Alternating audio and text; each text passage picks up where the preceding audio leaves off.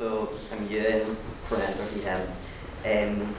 I take part in a number of sports in Scotland, but I'm here on behalf of Leap Sports and Seahorses Swimming, which is what Matt, who was doing our wee video earlier, was part of as well.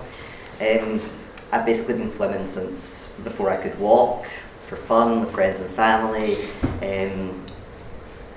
But one of my favourite things to do was doing outdoor swimming when I was wee. But when it sort of got to that competitive level, it's at sort of 11 to 13 in Scotland, you split off immediately into gender, male, female, boys, girls categories there. And I just stopped. I saw that. I saw puberty coming, and like many trans people, the thought of wearing a skin-tight swimming suit was something I emotionally couldn't do anymore. So I just didn't swim. Occasionally I'd go on holiday and swim a bit, but just every now and then. So I think I had a solid 6 years where I didn't swim at all. And I was living in Glasgow, and Leap Sports approached me as part of a consultation they were doing. My local council, Glasgow City Council, and Glasgow Life, which is like our activities body attached to the council, were running a consultation on trans participation in swimming and whether there was a need for a like trans exclusive space around accessing that particular sport.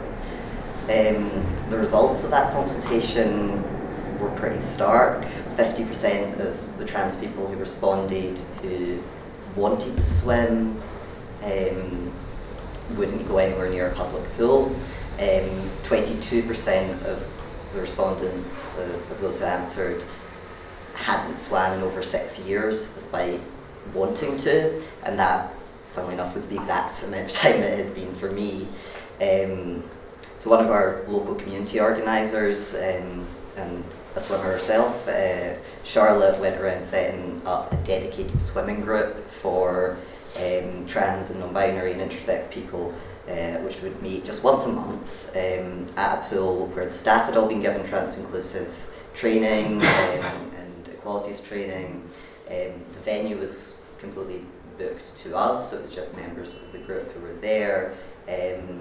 So we didn't have any sort of issues around use of the changing facilities, which also had like single occupancy, just locks on the doors, which again, I think we all say it's good for trans people, it's good for intersex people, it's good for everyone. I think most people quite like to have a lock on the door when they're getting changed. It's a vulnerable space regardless of your gender identity or your trans status. So well, we say that's a really good trans inclusive thing. Like that's actually just really nice for everyone.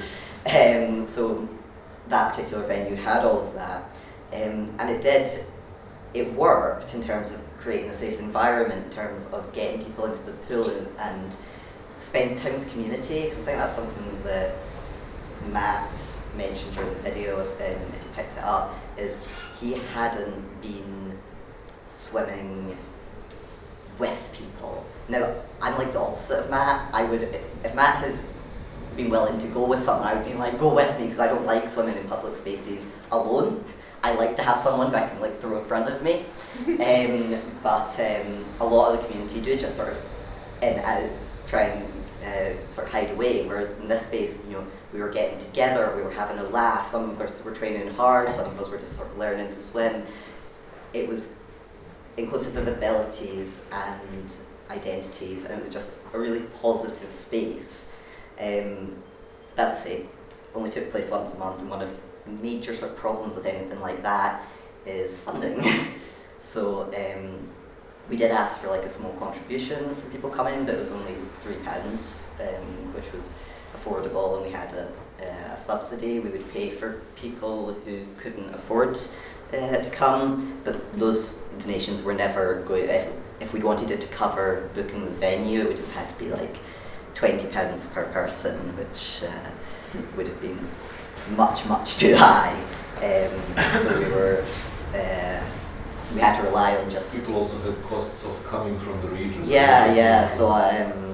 So it was based in Glasgow, but we reached out to people in other areas of Scotland because it's small and you can get a train from Inverness that takes 3 hours. So and we held it on Sundays once a month. So we did have people coming from further away, coming from rural communities, farming communities, and it was quite good for some of those people as well because it meant that some people weren't out in their home areas, but they could come to Glasgow, meet some of the community, do some sports, and just have a bit of, as Sonia was saying, in a safe space, do some exercise, get your hormonal kick. So that was a really good project, but it isn't really sustainable in the form that it took. So one of the things that we've been doing off the back of that project is just trying to make swimming spaces in Scotland safer for trans people. So that people can go, rather than that once a month, they can go, every week, every couple of days to their local pool. Now we do have, we've been reached out to Leap Sports by Scottish Swimming, which is our swimming governing body, to work with them on making swimming in general, in terms of particularly recreational spaces, more trans-inclusive, so that people aren't stared at or told they're in the wrong changing room, or that they know that the staff in pools, because you can't really control what members of the public are doing, but the staff in the pools. Who did you talk to about that? Who did you give the training to? Okay. I didn't catch Yeah, sorry. So the organisation, Sonia and I are from Leap Sports Scotland, are an inclusive sports group. So they gave training to Swim in Scotland, which is our national governing body for swimming, and they work with they work with all of the local pools and the local groups, just public swimming groups and training sessions. Sorry. No problem at all. I was saying before, in Glasgow we talk really quickly, and then when I'm nervous and doing public speaking, I start talking even faster. So do just ask if anything's not clear. But yeah, so that's sort of the next steps that we're taking in Scotland around swimming, particularly recreational swimming, because that's the first step to, you can't really have that many competitive athletes taking part if nobody's willing to go to their local swimming pool and get swimming and keep on swimming when they're hitting that sort of 11 to 14 age category. So that's the work that we're moving into now, just trying to make it. I have to say we were super impressed because the meeting we had in Scotland was on weekend, and the closing discussion was Sunday afternoon in relatively remote pool, and 2 officials from Swimming Scotland came. I cannot imagine in Zagreb in Croatia anyone on a work day coming to a discussion, a round table on these issues. Really like Sunday afternoon and nothing else happening. So that was kind of also their extent of their interests, that they are really feeling it and not just doing it pro forma to satisfy some formal obligation. Yeah, there's definitely engagement right now in the UK as a whole, but in Scotland too. There's a bit of pushback against trans inclusion in sports particularly. I don't know if you guys have been having it here as well, but all the sort of,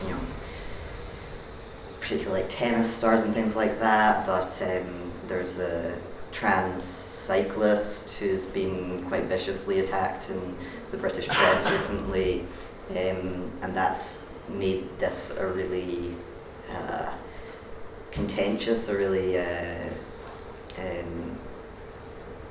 sort of difficult area to talk about, and there's quite a lot of attention on it at the moment. So it is really encouraging that a lot of the sports bodies are willing to have a dialogue and willing to look at what we can do to make these spaces safer, because I think a lot of people are feeling, you know, you're moving forward a lot at the moment in Scotland, and I think the situation is pretty good, but we're at that sort of point where there's that pushback, and that can make you feel a bit, I feel more vulnerable now than I did 5 years ago. When I started my transition, when I was feeling more like personally vulnerable, I didn't feel so much in society, whereas right now I'm really open about my trans status, but I feel more wary about it than I did when I was a bit younger.